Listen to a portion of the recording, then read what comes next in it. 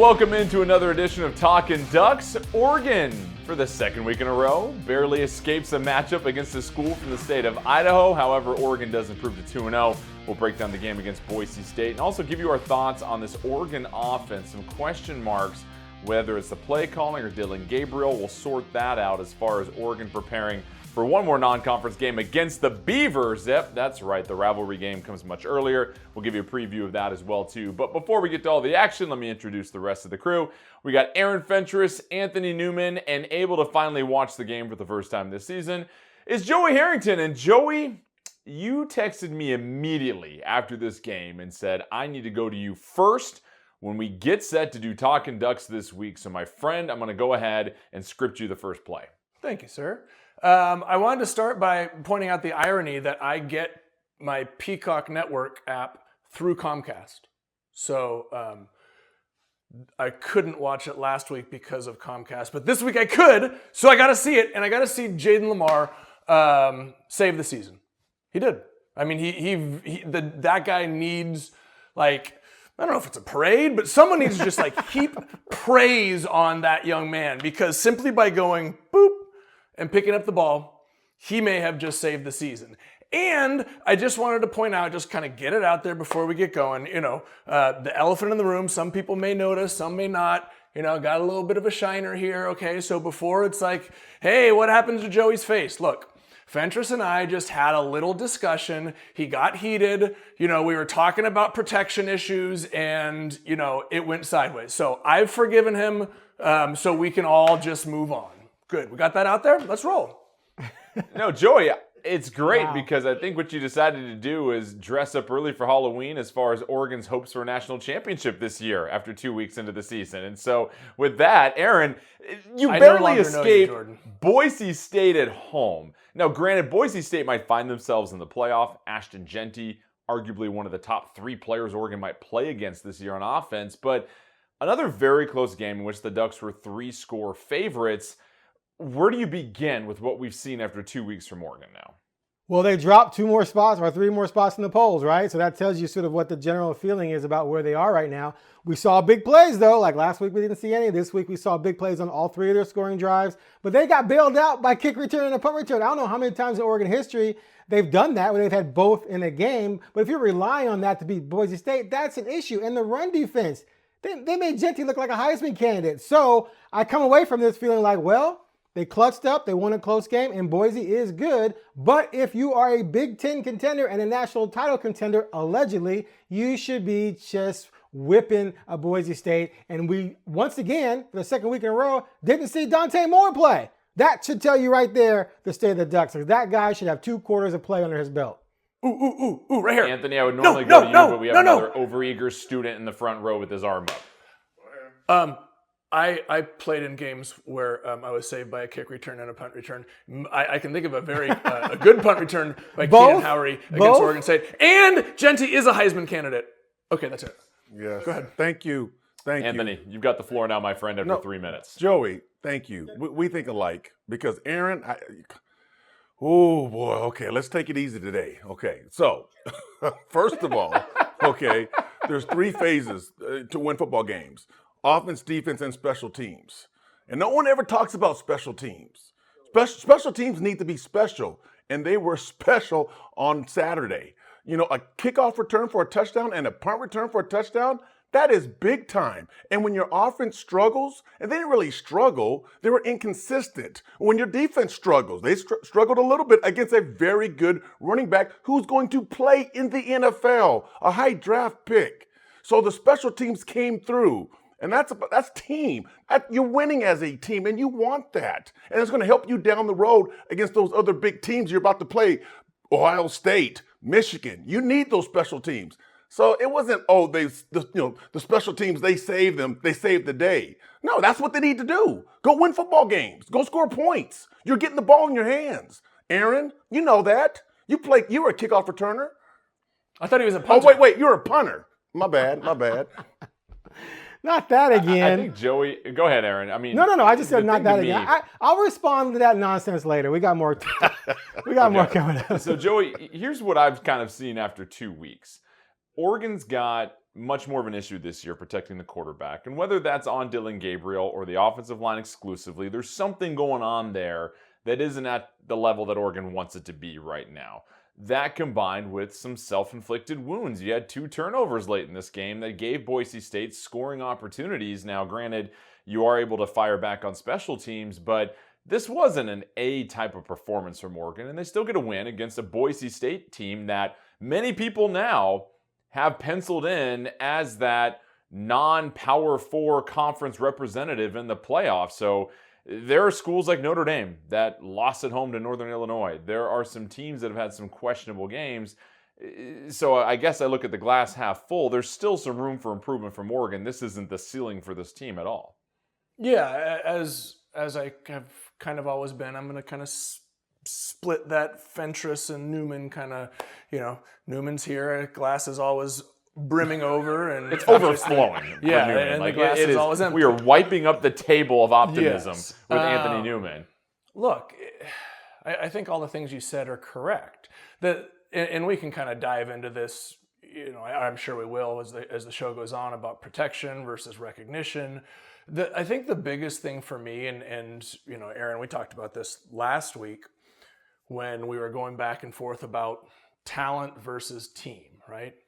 This is an incredibly talented group of individuals. Like, this is arguably the most talented group of individuals that this football program has put together. That doesn't mean that they're necessarily going to be the best team, right? And as we all know, playing incredible football is about 11 guys, 22 guys, however you want to look at it, special teams, 33 guys, all being on the same page and all doing the things that are oftentimes selfless, right? That look out for your teammate, that do it for the greater good. And yeah, Oregon has made some incredibly, they had some big plays this week.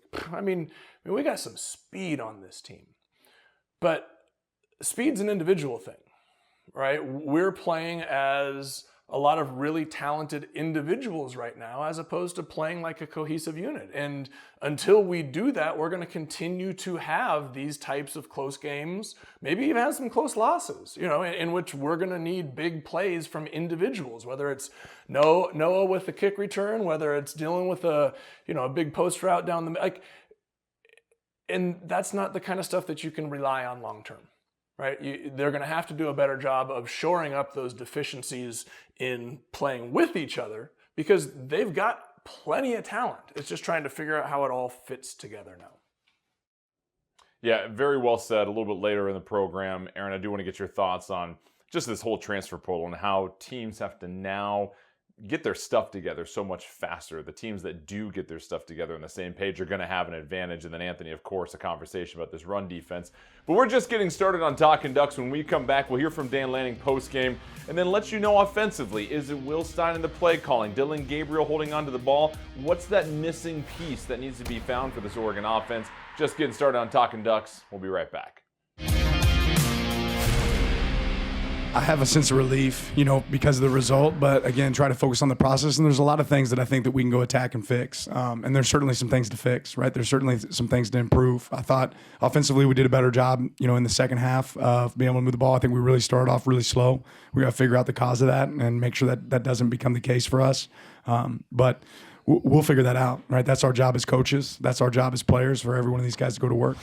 All right, there you have it. And Aaron, with this Oregon offense, I think Dan Lanning phrased it up well at the end. They're still figuring things out. Now, the question is, what is there to figure out is on fans' minds. You saw some big plays against Boise State, but then you also saw some breakdowns in protection, breakdowns in decision-making, and breakdowns in execution as far as some of the fumbles and turnovers as well, too. So you've seen this offense now for the last 2 weeks, and what do you feel are the things that need to be figured out, and how quickly can Oregon get those things corrected? Well, the good thing about a season is that you have a lot of time to figure things out. And nothing I'm saying about the Ducks means that by the end of the year or mid-season, they can't become the world beaters that a lot of people thought they could be. But there's a lot of work to be done to iron out a lot of things. The first thing for me is the offensive line issues. One, your running game is not great. And Oregon teams that have been great have been able to run the ball extremely well. And then you're giving up a ton of sacks. Sacks destroy drives.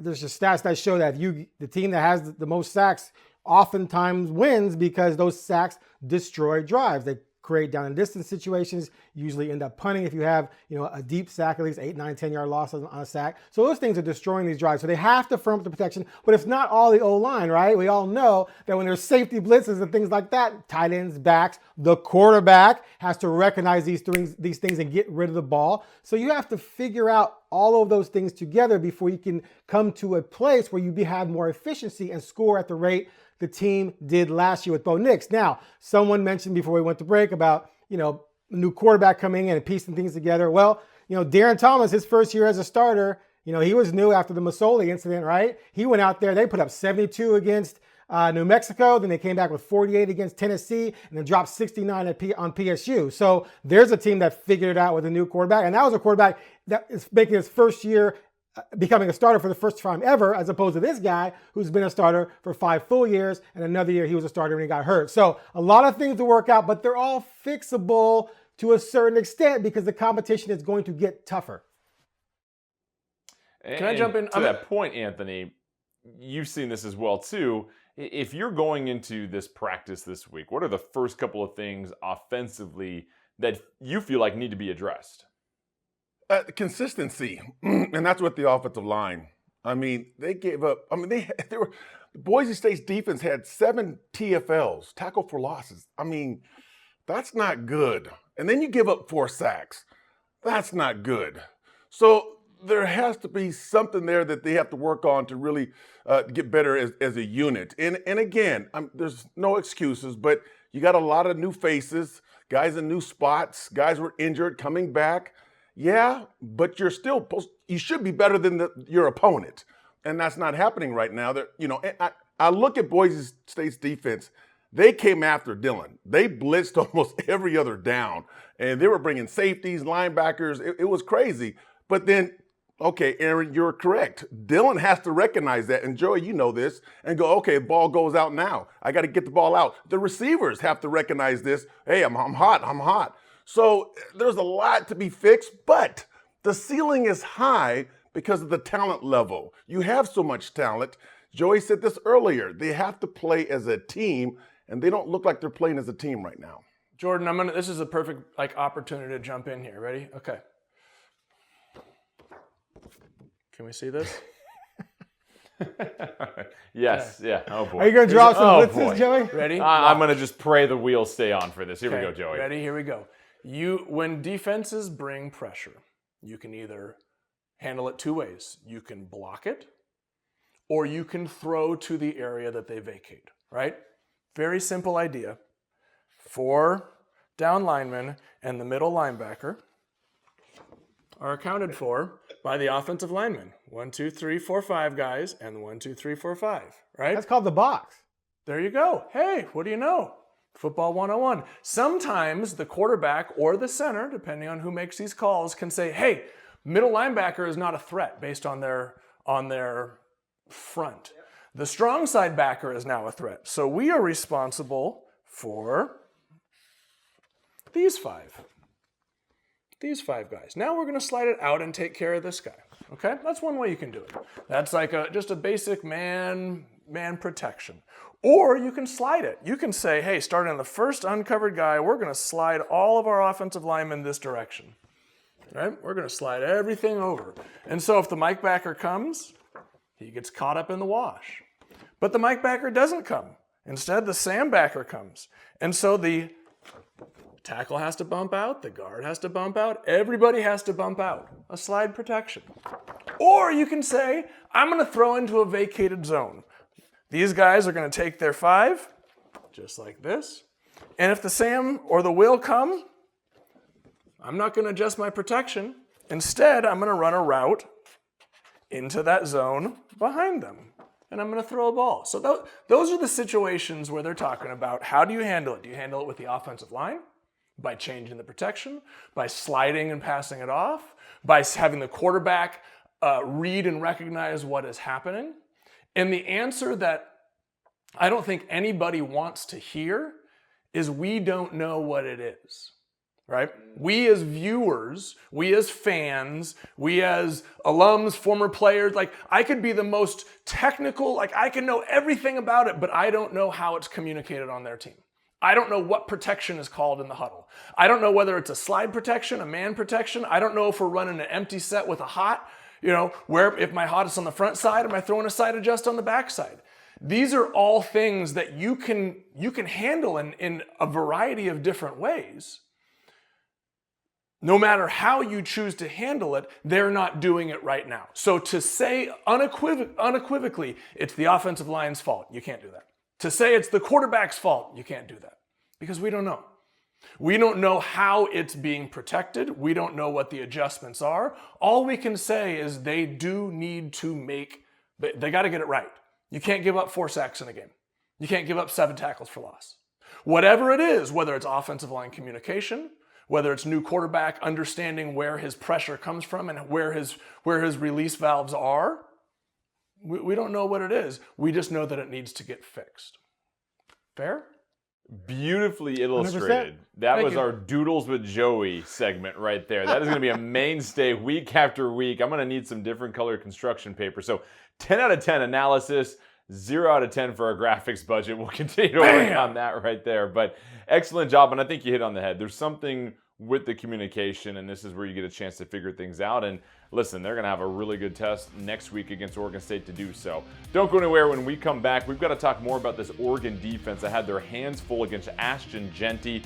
Yes, a terrific player, but Anthony will let you know there's still some things to clean up when we come back on Talkin Ducks.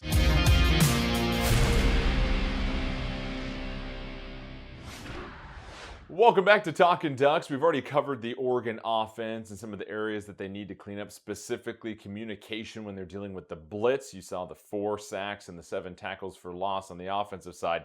The defense, though, is a bit of a tale of 2 halves. And we talked coming into this game, Anthony, that Ashton Jeanty was going to be one of the more unique one-on-one matchups, individual players that Oregon was going to face all season long. They saw how talented of a player that he is. But what did you see from this defense and what changed throughout the game? Well, first, before I, get on the defense, give Ashton some kudos. He can run the football. He has great vision and great balance. He had a lot of yards after contact. He is going to be drafted high in the NFL. He's a very good running back, and I'm looking forward to watch him, the rest of the season, see what he can do. The Oregon defense, a lot of broken tackles. They didn't tackle well. The defensive line, there wasn't a lot of tackles for loss. It was 1 sack. They didn't get past the line of scrimmage. But, there's a but. The secondary played excellent. 12 pass breakups. That's unreal. Now, give some of those to the defensive linemen. Jordan Birch had 2, knocking the ball down on slants and flats. So, there was some good play, but there was some bad play. And the bad play, to me, is the most important, is stopping the run. You have to stop the run against any offense. I don't care if you're a ranked team, not ranked. I don't care if you're playing against a ranked team or a not ranked team. You have to stop the running game. And when one guy gets 192 yards against you, that could be a long day. And Anthony, I want to go back to you real quick. What's the correction for the run game then? Is it a matter of just lining up differently, loading up the box a little bit more? Or is there something else there? Well, a lot of it's tackling. It's there's no yards after contact. When you hit a guy, he has to go down. Now, also give credit to Ashton. He's a good running back. But you still have to tackle those guys. You can't let them get extra yards. And then we talk about RP, relentless pursuit to the football. Let's get all 11 guys to the football when you know you have a good running back. The passing plays, they weren't dynamic. There was no explosion plays. I think the longest pass was 20-something yards. So the passing game was good. The secondary was good. The secondary was coming up making tackles. But I think the linebackers and the defensive line have to shore up their tackling when you're going against a good running back, because you're going to face good running backs in the Big Ten. Aaron, defensively, what are you seeing from these Ducks 2 games then? Can someone mute me from Newman real quick?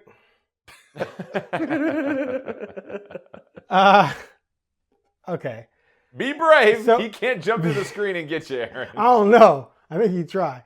Okay, again, all things can be corrected early in the season. But we're looking at this team not as a team trying to become bowl eligible or go 8-4. We're looking at a team trying to win the Big Ten, get in the playoffs, make some noise, et cetera, et cetera. So you're going into the Big Ten. The last thing you can do going into the Big Ten is be weak against the run. They just let a Boise State team with easily not as much talent as you have roll in there and average 6.7 yards per carry on you. That's a bad look moving forward. So that, coupled with the issues with giving up sacks and with your own mediocre running game, tells me losses are coming. It's just, they're unavoidable. They are coming. Ohio State, Michigan, Wisconsin right now, to me, look like sure losses. Those three teams are all going to rush for 280 on you and sack you a combined about 12 times. So they have to figure that out. The passing defense, yeah, it was there. I mean, they didn't give up much against Boise State. But the fact that you were able to slow down the passing game but still gave up as many points as you did because of the run game is a bigger issue for me, because if a team can run on you, they can control you, even when the passing game isn't there. And at the end of the day, as I said earlier, the offense, a little bit better, 2 special teams touchdowns saved you, and they saved the defense a lot too, because in the fourth quarter, and granted one was with a short field, you gave up a couple touchdowns with the game on the line. So I come away from this looking at the defense going, they got a lot to work on. All right, Aaron, didn't I say that? Yeah, I didn't disagree with you. I'm scared. I'm scared too. See, Aaron, he didn't bite you. Joey, go ahead. Okay, middle ground time. You said 6 point something, 6.7 a carry. And the play that keeps coming back to me, let's go ahead and call a spade a spade. They weren't great on defense in the first half.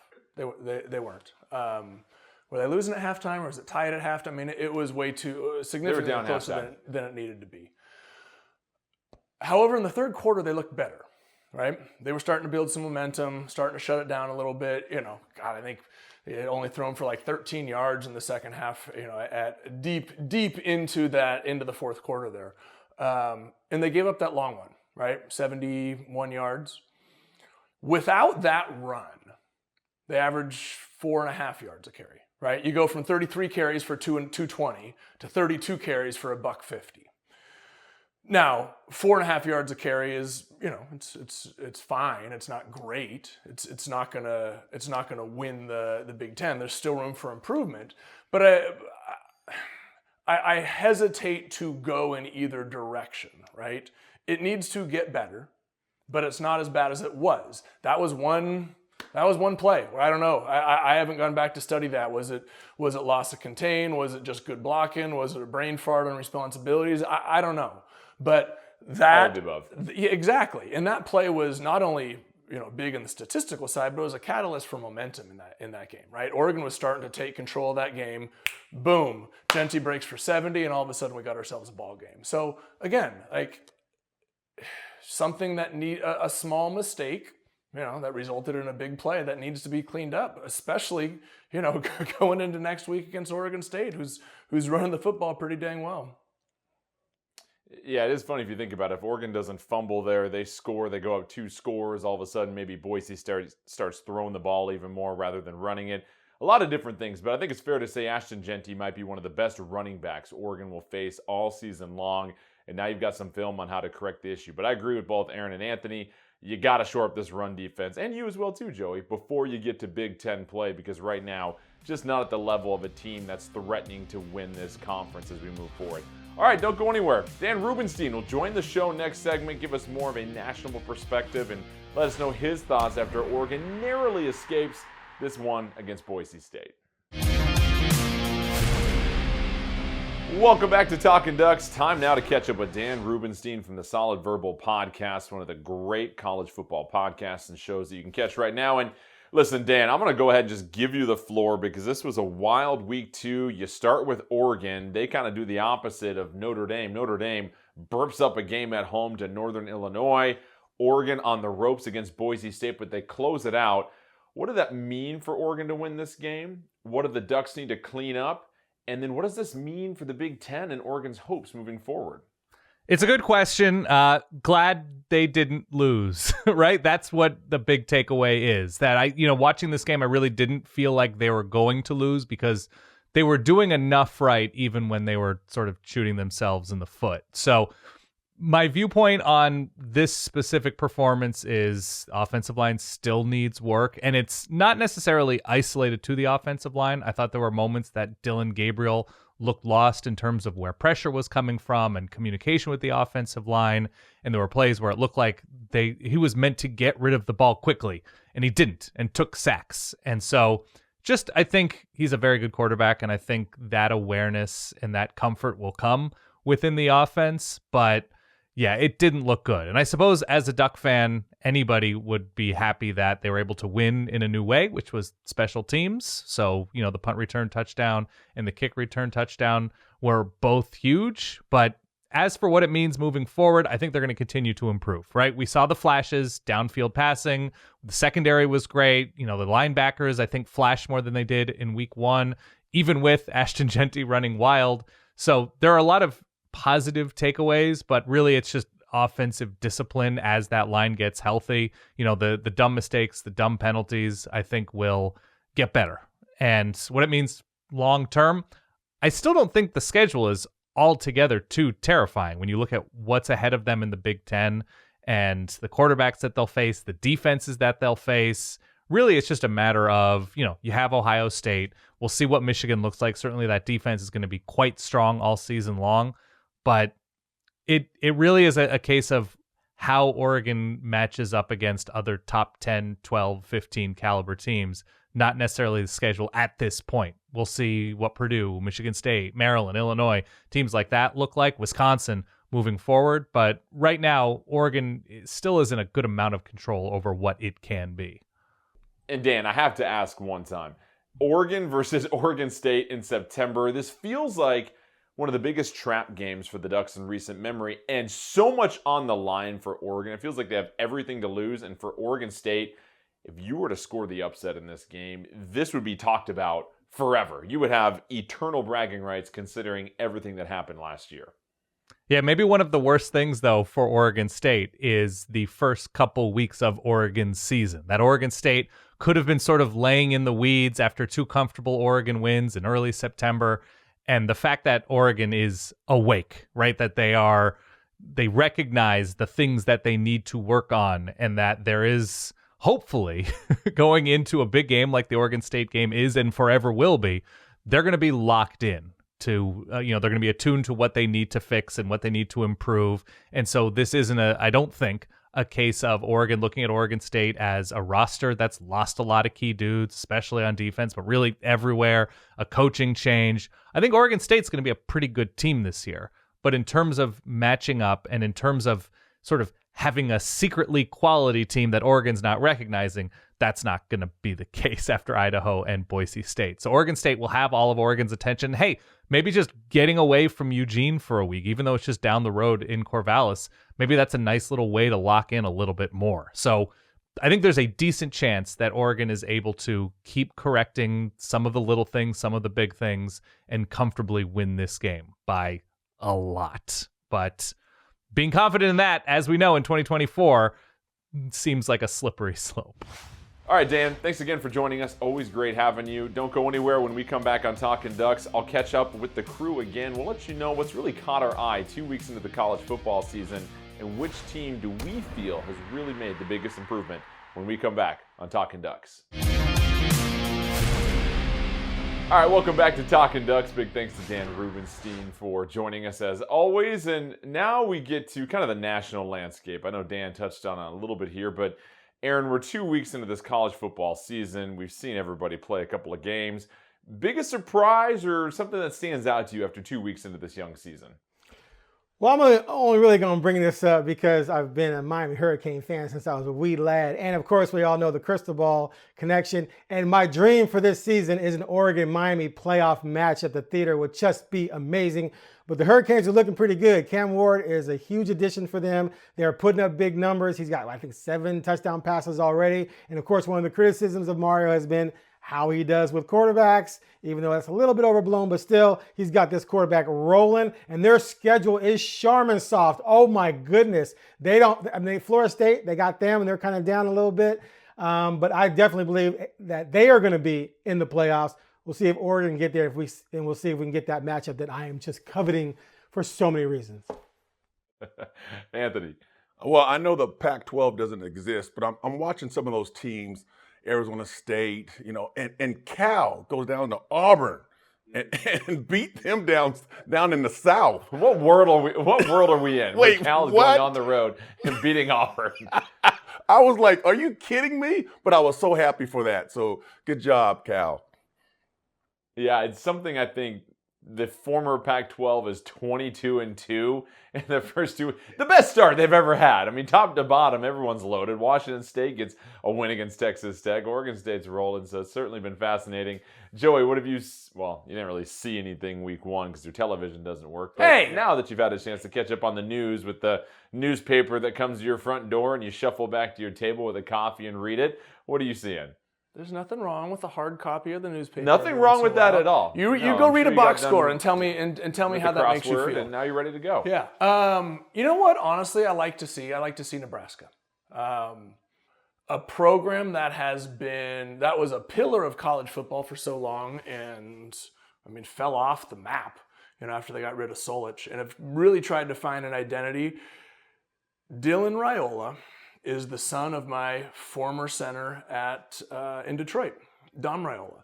And to see a kid who, I held as a little infant, now all of a sudden as a true freshman, 3 touchdowns, no interceptions in his first 2 starts, puts up 40 points against UTEP and went out and put it on Colorado. But defensively, I mean, that Nebraska defense, they've given up under 75 yards on the ground in 2 games combined. This is starting to look like, and again, like maybe this is the jumping the gun because they beat Colorado thing, like maybe Colorado's going to end up only winning 2 games. Who knows? But Nebraska they look real. They look like they can contend or at least make a splash in the Big Ten. This is a conference that was thought to be Ohio State and Oregon at the top, and then Michigan and Penn State, and then kind of like, who's next? Nebraska seems like they're the type of team that can make some noise. Yeah, this is all definitely intriguing. I look at the fact that USC looks really, really good this year as well, too. So keep an eye out for They're the playing Trojans defense. in the Big Ten. Say what? USC's Aaron? playing defense. Yeah, they're playing. Yeah, they shut out Utah State 48-0. You really can't look past that. So either way, it looks like the Big Ten as a whole is starting to shape up to be a lot more competitive than people thought. Not just at the top, but also kind of that mid-level. So that'll be fascinating. All right, when we come back, it's the former Civil War rivalry game now, whatever you want to call it, being played in September. We'll make sense of a lot of dramatics that might be happening next week as Oregon takes on Oregon State. We'll let you know our thoughts when we come back.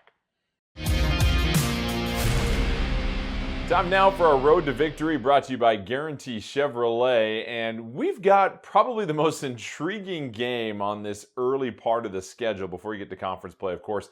Oregon and Oregon State. This is a game that we're used to talking about right before we get ready for Thanksgiving. We eat the turkey, we wake up the next day, then we get set for some good old Eugene versus Corvallis college football and the stories and the memories that come along with that. Feels a lot different this year, Anthony. Obviously, Oregon State, part of the Pac-12 that only has 2 teams. They're still trying to hold things together with Washington State. Oregon moves to the Big Ten. This game is played in September. You can talk about all the separation of heads are falling conferenceism off. that goes on between the two, whatever you want to call it. But how do we feel about this game when you just talked about Oregon struggling to stop the run, and that's one of the strengths of the Oregon State offense moving forward? Well, I'll be real about this game. It's still the Beavers. I don't care if you play them the first game of the year or the last game of the year. It's still a rivalry game. It's still the game that you have to go out and win. You have to find a way to win this football game. Oregon has some things they need to work on to win this football game because the Beavers are still good. They can run the football. That's what scares me. Their defense is playing well. That's what scares me. But still, Oregon has too much talent. There's a lot of talent, but talent doesn't mean anything unless you execute and play together as a team. So somehow this week, Oregon has to figure that out. But they know it's still a rival game. It's the Beavers, and you don't want to lose to the Beavers. And I don't care if it's the 3rd game of the season. You still got to beat them. Going to what are they playing? Yeah, at their house. So this is a away game for Oregon. This game has to be won. It has to be. Aaron, we've been doing Talkin Ducks for what feels like over a dozen years. and Oregon has dropped some of these games. Does this not feel like the worst game ever in the series history of your Oregon to ever drop, with everything that goes on behind the scenes that led up to this? I mean, of all the games that the Ducks have to win against Oregon State, this feels like the one that you have to. You can't, under any circumstances, lose this game if you're the Ducks. No. If it means that you're trailing in the fourth, someone's got to go turn off some lights, shut down the electricity, get the game delayed or something. I don't know. But yeah, the Buffalo Wild. Yeah, you cannot lose this game. But it's legitimately scary. I mean, they put it on Idaho State. They didn't mess around really in that game. They just shut out San Diego State. I don't know how good the Aztecs are. I'm not going to sit here and pretend that they're really good, but they shut them out and they ran the ball really well. So if you're Oregon, you're kind of mediocre against the run. Maybe it's really 2-game sample, but your offense is pretty shaky. You needed 2 special teams touchdowns to beat Boise in your house. So yeah, this game has potential upset written all over it, and the Ducks cannot let that happen because, oh my goodness, that would be such a horrific look, not only for the Ducks, but, for the Big Ten, which pretty much helped destroy the Pac-12, which you just noted is what, 20, you said 26-2, or what are they through 2 weeks? 22-2, I think. 22-2, something like that. I mean, yeah, bad. Joey, this matchup against Oregon State, when you look at everything on paper that could be a potential trap game, things that this team needs to be wary of, you're coming in and you've got these mistakes that you need to correct. Out of all the games for Oregon State, this one has been circled, highlighted, pinned, arrows pointed to it. The vitriol that the fans in Corvallis are going to have towards this Oregon team. Mentally, how does Oregon approach this game to make sure they can take care of business? I don't want to say it's a one-track mind, but Oregon State's not going to throw the ball against you. I mean, Anthony talked about how well the secondary's been playing. I think they're only throwing for about 150 a game. They got 600 yards on the ground in 2 games. Ooh. Right? These 2 running backs, Hankerson and Jam Griffin. I running back by committee for 600 yards in 2 games. Like this is solid. This is Oregon State coming and ready to shove something down your throat. So there is a mentality that needs to be brought to Corvallis. Now, on the other side of the ball, again, like Fentrance pointed it out, are Idaho State and San Diego State world beaters? No, they're not. But Oregon State's only given up 250 yards a game on defense. So, like, this is a mentality game. This is what do you asked, what do you focus on? You focus on absolutely destroying the person across from you. Like, you have to bring a mentality that is different than you've had in the last 2 games. If not, you're going to get pushed around, because that's what this team has done to their first 2 opponents so far. I'm sorry, there's something poetic about the one guy with the black eye saying, you've got to destroy the person across from you. So, I do appreciate the sentiment there, though, Joey. As long as the other person had 2 black guys, we're good to go. But I agree with you. This game is sneaky right here. It is snuck up on you. It's early in the season. You're still trying to get stuff figured out. School hasn't started yet for the Oregon players. This is the definition of a trap game, and an Oregon State is going to play with tremendous effort, and I think you just have to squash that early in this game. But either way, we'll get to really our predictions on this one, because Oregon versus Oregon State in September is something we never would have thought would have happened, but here it is, and an opportunity for the Beavers to completely have bragging rights, and for Oregon, you're just trying to get to 3-0 and get to conference play. We'll let you know our thoughts on this one in particular, down to our predictions, when we come back. Well, the rivalry is something I always appreciate. I think that makes it college football fun. I think those things are a lot of fun, and this is a game that's had back and forth for us. Year 1 we weren't able to pull it out. Last year we were, but this is a fun game for the state of Oregon. It's certainly a fun game for our players. I think they know exactly what it means. It means a little bit more. Is it another game? Yeah, it's another game. Is it important for us? It's very important for us. Our guys want to go out there and have success. They still have a lot of a similar identity to what they've been as a team there in the past. They're willing to get big and run the ball. They play sound when it comes to defensive play. They still take shots down the field. They're pretty creative in their package at times. So a lot of similarities to what you've seen there in the past, with certainly some of his new flavor in there. It's Oregon versus Oregon, no matter who our opponent is. But, in the back of my mind, it is the Beavers. And for those in-state guys that are on the team, it means a little extra to us. We're trying to get everyone else to buy into that, especially all the new guys and transfers that don't know the magnitude of this game. But yeah, at the end of the day, it is Oregon versus Oregon. If we play our game the best we can, we'll come out with a win. Is it weird we're talking about it now and not later in the year? Yeah, Coach B-Mike in our meeting room today, he's like, man, it feels like Thanksgiving already. Just because it's, it's here upon us, even though, it's still sunny out and it's early in the year. But no matter what time of year it is, it's, it's go time against the Beavers. Looking forward to it. What have you seen from their offense? It looks like they're really, sticking with that identity of running the ball. Yeah, that's what I respect about them is they stick to their identity and they do it well. That's what you want in an opponent. You want them to play their best football, and the best team's going to win. So, they run downhill. They have play action shots. So we just got to have great eyes and make great tackles and play sound football. So I'm looking forward to it. Welcome back to Talkin Ducks as we get set to wrap up shop here. Oregon versus Oregon State in Corvallis. It's the Civil War rivalry game, whatever you want to name it now at this point. The Ducks are 14-point favorites. They haven't covered the spread yet this season. Joey, I want to start with you. I'm looking for a score prediction and a key to this game here as Oregon tries to improve to 3-0 and avoid what would be a monumental loss to the Beavers if they were to drop this one.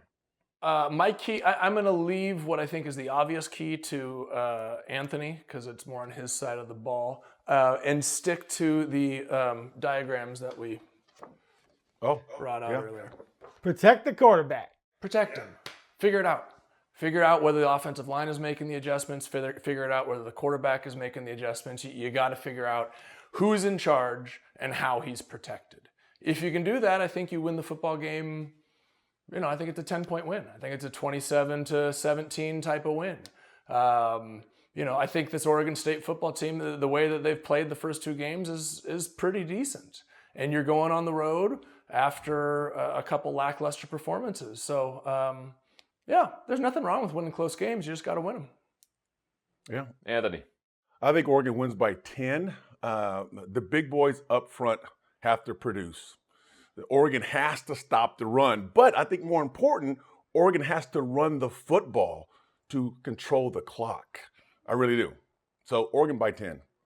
Dude, we've gone from Newman saying they're going to run the table to the national title to they need to control the clock to slow down Oregon State. And the fact that it's a 14-point line is just perplexing. I mean, I know why, because they didn't take care of business like they should have the first 2 weeks. Otherwise, it would be a 30. Because talent for talent, dollar for dollar, this shouldn't be a close game. But based on what we've seen so far, we all feel like it's going to be. I'm going to go 30-20 Oregon, because I think they're going to figure some things out enough to win by more than one score. But I will not be shocked if it's 24-24 in the fourth quarter and Oregon State already has 225 yards on the ground. But if they can slow down the run game, if they can run the football themselves, like Anthony just pointed out, they could win maybe by 17-20 and do what maybe the talent level dictates should happen. But right now, based on what we've seen, I think it's going to be relatively close as well, but I do have the Ducks winning. I've got Oregon winning by 14, 31-17. I think they kind of clean up some of those miscues as far as the fumbles and the missed assignments. They protect Dylan Gabriel a little bit better. Still a couple of cracks in that run defense that's going to allow Oregon State to get on the board a couple of times. But I think ultimately they're going to improve like they improved last week from week 1 as well, too. Oregon gets to 3-0. But either way, this should be a good one. So thanks again for joining us. We'll break it down next week and get you set for Big Ten Conference play with the Ducks. But from all of us here, thanks again as always for supporting the show, and we'll catch you next time.